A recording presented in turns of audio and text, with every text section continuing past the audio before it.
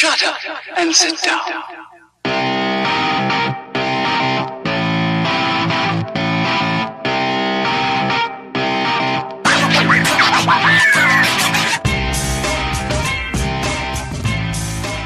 Hey, what's up, guys? It's your boy Josh Too Good Crocker. This is episode 18 of the Realest Guys podcast. This week, all of you are lucky enough to have me as your host this week. And only me. Wah, wah, wah. No. We got Kyle. Kyle's working. He's working hard for the money. Mario, he's prepping for his graveyard shift. He's getting that security work in. So, yeah, you're stuck with me this week. So we just got a few things to discuss. We got Hell in a Cell. We have Raw, Smackdown Live. Things are kind of starting to shape up for Survivor Series. So, without further ado, man, let's go ahead and hop right on into this. Well, first, before we do, so a couple things. I am back to playing Elder Scrolls Online. I'm a super nerd. Level 15. Orc, Dragon Knight. Other than that, I got Kyle to start playing the game a little bit too. Another announcement here, we have Mario and Kyle are doing the Save a Life, or I can't remember exactly what it's called. I do apologize. But they're playing games and raising money this weekend, all weekend actually, for Children's Hospital. It's called Extra Life. That's what it is. I'm sorry. I'm all sorts of messed up. So in the bio of the episode tonight, I'll have another link to make a donation. It is for sick and injured kids in the community. Just really just kind of putting some helping hands out there. So if there's anything that you can give or donate, go ahead and check out the bio at the bottom. It's going to be on Mario's Twitch page. Kyle's going to be doing some games this weekend as well, raising some money. So I wanted to throw that out there. I do apologize. I kind of botched it in the beginning. But we're moving right along. So yeah, it's all the information for Extra Life 2016 will be in the bio again this week for this episode. Go ahead and check it out. It's for a good cause. So, what else? I'm having a late dinner tonight, too. Having some fish sticks, fries, I think some green beans. My wife wanted to put some green in there. So, whatever. But yeah, man, I've had a great week. Getting acclimated to my new place. But yeah, hey man, so let's kick it off. We had Hell in a Cell. Pretty, it was okay. You know, I think the three main events were, well, 2 out of 3 of them kind of really stole the show. I'll go through it really fast. Don't need to go through every single one of these, but they had the kickoff show with Cedric Alexander, Lince Dorado, and Sin Cara. They defeated Tony Nese, Drew Gulak, and Araya Daivari. Cruiserweights are off the chain. They're always they don't fail to entertain. They're dope. Next, to open the show, man, we had the United States Championship match with Roman Reigns and Rusev.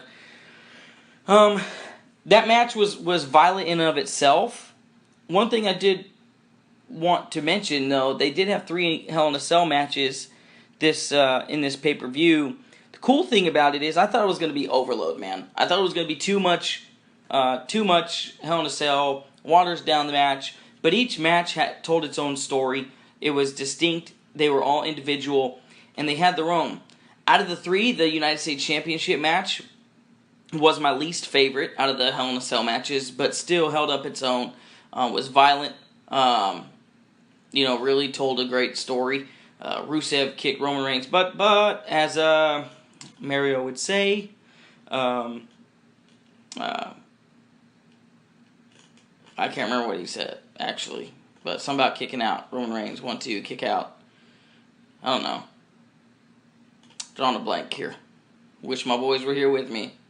Sad face. So, but no, man, they went all around the ring.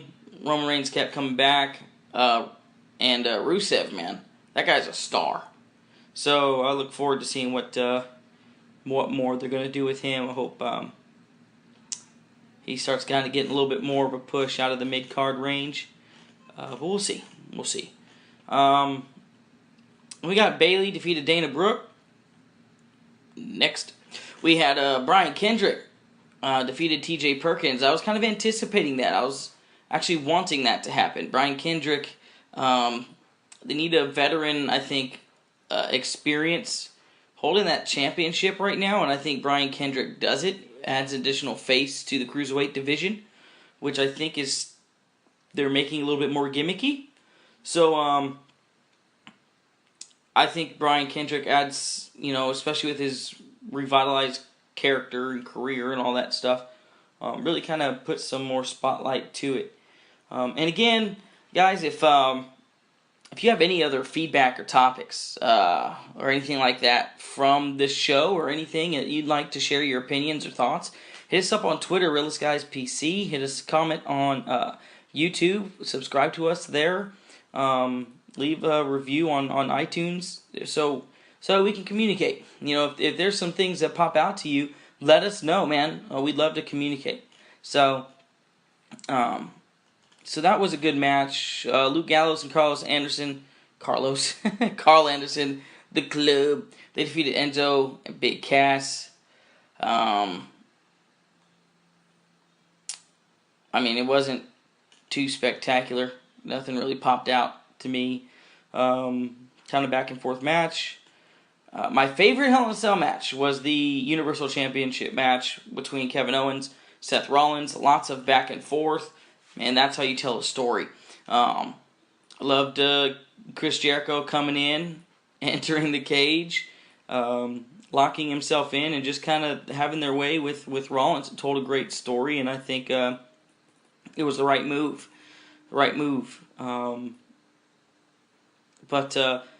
Definitely one of the things that stole the show for me. One of the less entertaining items of the night was the Tag Team Championship match. New Day versus Cesaro and Sheamus. I don't know about you guys, but there was nothing in that match that really had me interested. There's nothing that really threatened the titles from being lost. I didn't. There's not one part of me that thought, hey, New Day's going to drop the belts. So there's no mystique to that. There's nothing.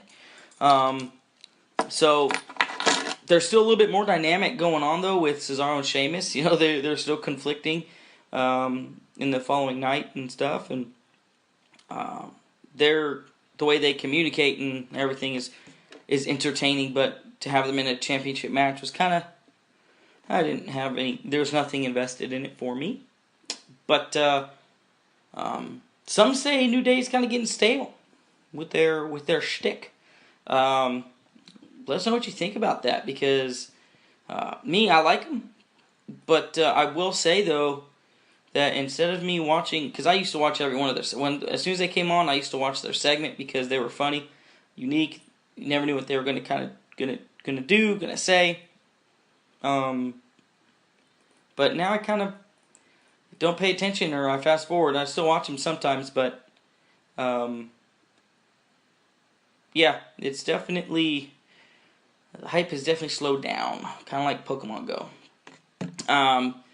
So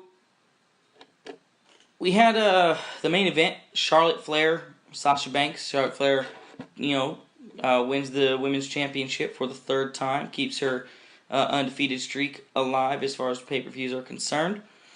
This match, I'll get made fun of. I don't even care.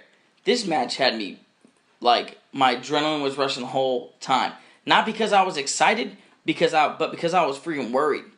I was concerned the entire match for Sasha and for the women, and just it was brutal. Especially Sasha's history with injuries. That was a real deal. Regardless of what they wanted to hype up about her back and the match and everything. Aside from that, you just know that she's dealt with some things, and you just want some people to be safe. But man, they killed it. They tore the house down. I wasn't too fond of the Mick Foley 2.0 story arc within the match where she got powerbombed through the table and then stretchered and then woke up off the stretcher, fought back, and all that stuff. I wasn't too fond of that. I put on Twitter, man, that was like 5 or 6 minutes of wasted match to me. Because they're here making history, trying to do something unique and original, and that's just, you saw it coming from a mile away. For a little bit, I'll be honest, it kind of messed me up. I was like, holy smokes, are we being played right now? Does it work? But then as soon as she started kind of getting on the stretcher and all that stuff, yeah, man, it was just, wonder where we've seen this before, sort of thing. On that, though, like, I heard that there was some flip-flop. Vince McMahon flip-flopped on who he wanted to win that match. He wanted Charlotte Flair to win, wanted Sasha Banks to win, and they kind of finally decided the evening before production meeting that Charlotte was going to win. So, but yeah, Sasha takes the hometown loss. WWE likes to do that. Not a huge fan. I think it would have been, I would have liked Sasha to win, especially hometown. Kind of build her up as that character. I mean, all the stuff she had to fight back with, her back injuries, I think would have been something good, something for her to overcome. Like, hey, through all of this, she still won the first Women's Hell in a Cell match, and won in her hometown. So, I think WWE kind of dropped the ball there. But, what else? What do I know? Moving on, man. So that was Hell in a Cell. Pretty straightforward. It was alright. We move on to Raw. Kind of kicks off on Halloween. That's honestly one pay-per-view I would like to see again. I'm a WCW guy from back in the day. I really liked Halloween Havoc as a pay-per-view. That was just fun. A lot of cool events that happened. Speaking of Halloween Havoc, WCW, Goldberg opens up the show, and he starts to talk about Brock Lesnar. But as soon as he starts talking about Brock Lesnar, Paul Heyman comes out. He said, "My name is Paul Heyman," and all that kind of stuff. Then he comes out, talking about, my client doesn't like it when you say your name, blah, blah, blah, blah. But it is what it is. Paul Heyman did his thing. He definitely trying to overcome the debacle that was his promo last week, which I kind of acknowledged himself on Twitter that it was not a great promo, so he's doing what he can to hype up the match before Survivor Series, the big dream matchup, or whatever matchup they're calling it from the video game. But anyway, Goldberg looks good though. Looks in good shape. Looks big. I know he does a lot of different training, but he looks cool. Rusev came out. Rusev, he said he crushes things and hit Goldberg in the face. Goldberg retaliated. Tripped up. Yep, Goldberg slipped. It's been 12 years. But it's all good. It's all good. He jackhammered Rusev and then turned around and speared Paul Heyman. That was a nice little touch there. But it's probably good for Goldberg to kind of get his feet wet again. But yeah, it was nice seeing the spear from Goldberg and just that intensity. It was awesome. So on the next up, they had the trick or street fight, I think they called it. Enzo defeated Luke Gallows in this match. This was all over the place, a little fun gimmicky match for Halloween. Enzo's DDT, he's my dog. They're the realest guys. But his DDT off the top rope, most of the times it looks like he's falling straight on his back and the dude just falls on his face. I don't know if I'm a big fan. Especially this night where Luke Gallows had a pumpkin on his head and he couldn't see really when Enzo was coming. So Enzo really just fell off the top rope. on his back. I mean, yeah, pretty brutal. So, hopefully I'm going to start working on that. But he's still my dog. And so he gets the win. Then they had cruiserweights come out. T.J. Perkins defeated Brian Kendrick, but it was by countout. They got out of the ring, and Brian Kendrick just didn't want to get back in. That's it. Like, no, I'm too good for this, man. Nope. And he stayed out. Stayed out of the ring. Counted out. But T.J. Perkins, man, he's kind of getting pissed off. Which I'm kind of like, I'd like to see a little bit more aggression from him. Because I think he has it. He has it in him, and sure enough, man, he gets out, attacks Brian Kendrick, puts on the knee bar. Kendrick starts tapping on the ramp, and then got separated. I don't know if you remember, earlier in the night, Braun Strowman kind of tried to intimidate his way with Mick Foley, but ended up just getting put in the elimination match, the Battle Royal, and which he won. He definitely won. Sami Zayn, though, almost got him, but Braun Strowman won. Braun Strowman is growing on me. I don't know about you guys, but he definitely is growing on me. He is a big man, but the guy is agile. The guy does freaking drop kicks. And he's massive. I think it's good that the WWE got themselves another big man. And Strowman, he joins Kevin Owens, Chris Jericho, Roman Reigns, and to be on Team Raw. So, to go against Team Smackdown. So, it's going to be interesting. But yeah, no, Braun Strowman, man, he's definitely, kind of coming into his own after being in the Wyatt family and everything. Liking it. And we had some more cruiserweight action for it. Rich Swann, Cedric Alexander, Lince Dorado. Pretty much they had a rematch from Hell in a Cell. Yep, and they won. Bayley had a match with Nia Jax. Some flashback to NXT days. In NXT, they had some really good matches. So yeah, it wasn't too bad. Charlotte was sitting at the commentator booth. But yeah, Nia Jax defeated Bayley. And that was that, man. I'm trying to see. Yep, Cesaro, Sheamus defeated the Shining Stars. Honestly, I fast forwarded this match. But, yep. And finally we go to the end of the night where Roman Reigns went up to against Chris Jericho. Yeah, that actually was a great match. Roman Reigns can work. I don't care what people say. The dude can work. I don't care what Mario says. Whatever. he's my dog. Yeah. It was nice. Chris Jericho chasing that title that he's never had. The U.S. title.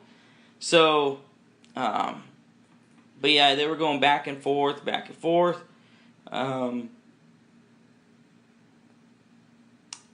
Yeah, Reigns got the spear on him, and then Kevin Owens did his thing, helped out his best friend, interfered, caused disqualification, and they whooped the mess out of Roman Reigns.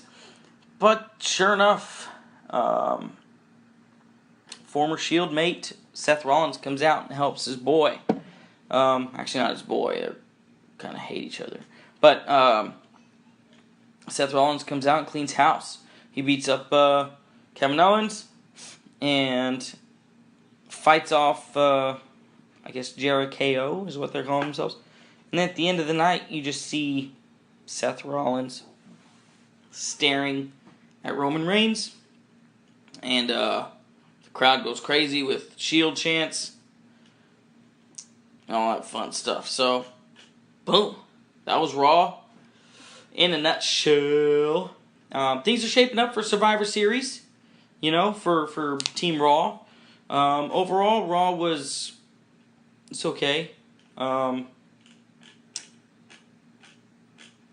Still long, man. It's still, 3 hours is long, dude. So, but, excuse me, that ain't gonna change anytime soon. But definitely getting a little more invested in the Goldberg Brock Lesnar match. More invested in Braun Strowman. We had some good events here, good things. Maybe Seth Rollins coming in, being a top face. Maybe might open room, like I said it before, for Roman Reigns to do his heel turn. So here within the next season. So we'll see, man. We shall see. With that being said, up next we do have Josh's News Corner. Okay, that was a little weird doing it by myself. Whatever. But yeah, no, Josh's News Corner. We are back. Now, you guys are going to get tired of hearing from me. I'm trying to go through this for you guys. And again, if there's something that I missed on the show, if there's something that that you want to comment on, hit me up on Twitter. Hit us up on Twitter. Comment on YouTube. You can hit me up directly on Twitter at Too Good Crocker. That's where I'm at. Find me. We'll be more than happy to take care of business and kind of have open dialogue. But yeah, going to Josh's News Corner. Just got a few different items. Looks like, according to Dave Meltzer, that from the Wrestling Observer, saying that WWE's planning on hosting an NXT Women's Tournament, kind of like with the Cruiserweight Classic, sometime in early 2017. So it'll be on the WWE Network, which you can get for just $9.99. There's your plug. So yeah, it'll be kind of like the Cruiserweight Classic. I'm interested, right? A lot of the big stars, women stars from NXT have kind of made their way to the main roster. I haven't been watching NXT as much anymore, but I do know there's some stars, some people, Asuka and them down there in NXT, which are killing it right now. But it's not really comparing to where it was at. So I'm kind of looking forward to the women's tournament there. Big thing for me that I'm excited for is that word spread yesterday, thanks to the announcement from the venue, that The Undertaker is going to be at the Mohegan Sun Arena in Pennsylvania for the 900th episode of Smackdown Live on November 15th, 2016. WWE announced it. So Undertaker, November 15th, Smackdown Live. Smackdown before Survivor Series. He's making his return to Team Blue. Has a storied history there with SmackDown. So I'm curious to see how that's going to translate into Survivor Series. Some sort of build-up announcement towards WrestleMania. We shall see, but Undertaker recently was at a Cavs game, and he's looking pretty good. That's pretty exciting. And last but not least, this is the weird one. WWE did announce that a new Cruiserweight show called 205 Live will debut on November 29th at 10 p.m. exclusively on the WWE Network. Now, I think it's 10 p.m. Eastern, so wherever that works out for you. I'm here in Texas, so that'll be 9. But it'll follow right after SmackDown, and then Talking Smack will be after that. Let me know what you think about that, because I'm kind of confused. WWE, like Raw, is supposed to be the sole show that has that has the cruiserweights. That was the big selling point, right? To watch Raw. So why are they going to have their own show? It's either one or the other, dude. PWP Nation on Twitter was kind of saying that too. Shout out to them. It's either one or the other. I'm not really sure what was the point in exclusive on Raw when they're going to have their own show. I mean, they're dope. They're fun to watch, but yeah, it'll be interesting. If they make it less gimmicky, it won't be a big deal. They make it so separate from everything else that it just makes it strange, So we'll see how that goes. But that's going to wrap up Josh's News Corner. That's really weird. That's really weird doing it by myself. I am going to move on to Smackdown and go through Smackdown right quick. So you have, on one show you have Goldberg, which is a highlight, right? And on the next show you have James Ellsworth, Mr. No Chin Music, as the highlight. Okay. I'm kind of done with the hype on the No Chin, but it is what it is. So the show opens up, with James Ellsworth coming out to apologize to Dean Ambrose. Really awkward. AJ Styles interferes and says, "You shouldn't be apologizing to Dean Ambrose. Should be the other way around," and all that fun stuff. But ended up AJ Styles attacking Dean Ambrose with a phenomenal forearm and setting up the main event later. So, next was Randy Orton and Kane in a no disqualification match where the whole weird dynamic with Randy Orton and the Wyatt family. I'm not really sure what's going on with that, but anyway, Randy Orton defeated Kane. Of course, the Wyatt family made their presence known in that match, and kind of they all had their way with Kane, it seemed. And Luke Harper seems a little reluctant. He doesn't really trust Randy Orton. It seems like Randy Orton's kind of, trying to be that favorite child instead of Luke Harper. Some of the things. So that's going to be cool. Little development there. We'll see. And later, of course, Randy Orton and them started talking and did their thing, where Randy Orton says Bray Wyatt is a god, which isn't weird at all. So next up, we had Alexa Bliss and Carmella. They defeated Becky Lynch and Nikki Bella. SmackDown women wrestlers are on point, dude. They are killing it right now. Two of my favorite wrestlers in that match, Alexa Bliss and Becky Lynch. They're doing a great job. I like it. But after the match, they spoke because on actually Raw, I forgot to mention, Charlotte did her deal where she called out the women on SmackDown. Kind of name dropped them, son. Just boom, boom, boom. And kind of, made them look bad on Raw. And so the Alexa Bliss and Becky Lynch kind of had to take their shot, right? So,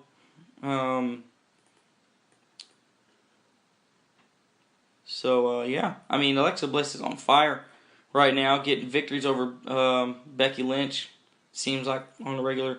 And it's going to be pretty cool, man. I'm liking the Survivor Series, how it's kind of shaping up. I'm liking the teams. I'm not a huge fan of Baron Corbin being on Team Smackdown, but whatever. I know they're trying to push him probably a little bit more.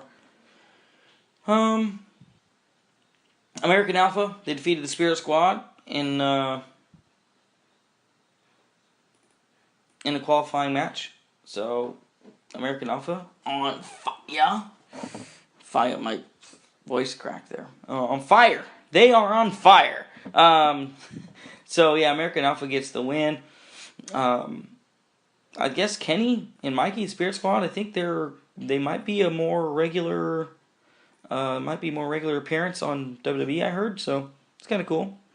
We had Miz TV, Daniel Bryan. They announced the male Survivor Series teammates.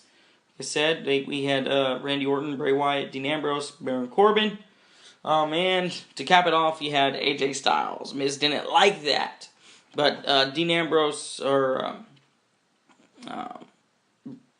Daniel Bryan, responded. He needs people that can fight, dude.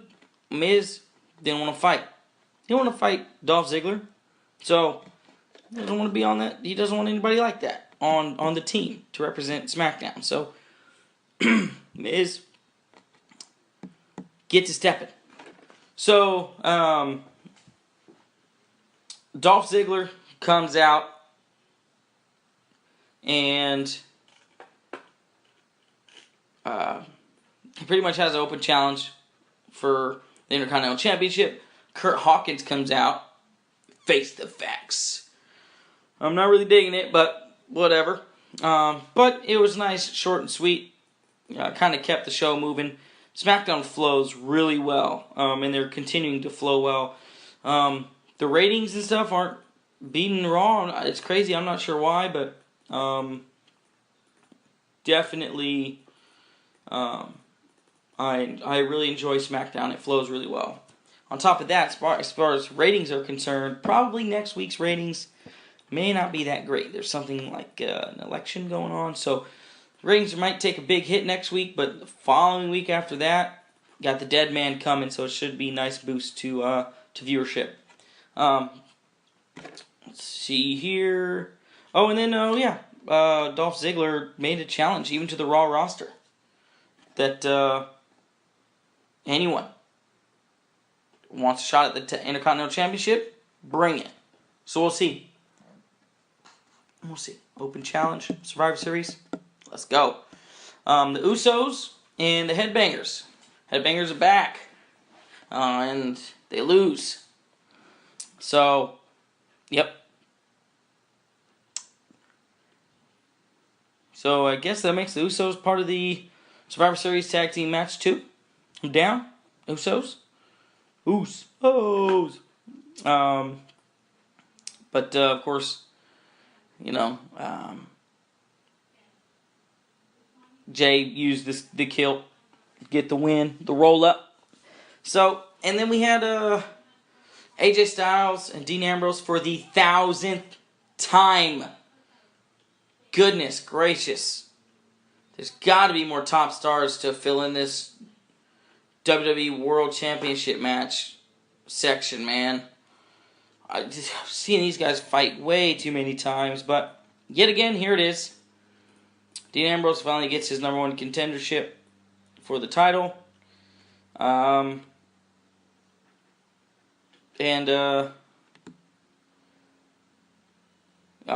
that match, James Ellsworth comes back out.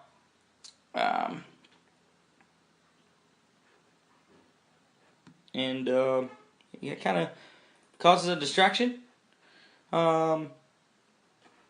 Dirty deeds from Dean Ambrose on AJ Styles, and he gets the win, man. With that, Shane McMahon announced Ambrose was gonna fight Styles for the WWE Championship at TLC in December, which is actually going to be nearby here in Texas. So that'll be cool. Man, that wraps up Hell in a Cell, that wraps up Raw, that wraps up Josh's News Corner, and Smackdown Live. So, I'm your boy, Josh Too Good Crocker. Again, follow us on Twitter, subscribe to us on YouTube, check us out on Facebook. Don't forget Extra Life event this weekend. Check out Mario and Kyle's Twitch pages. It's going to be cool. It's going to be a great time. If you have funds to donate to these kids, it's going to be a great cause. I'm not going to go over favorites this week because we're going to give everybody an opportunity to still participate in that. So it's going to be your theme song. Whatever your theme song is, what would your wrestling theme song be? So, for you, right? So, think about it, comment, leave us some feedback, show us some love, and, yeah, man. If you haven't subscribed to us, haven't followed us, haven't listened to us, I only got one word to describe you, and I'm going to spell it out for you. It's SAWFT. Soft. See you guys later. Episode 18 out.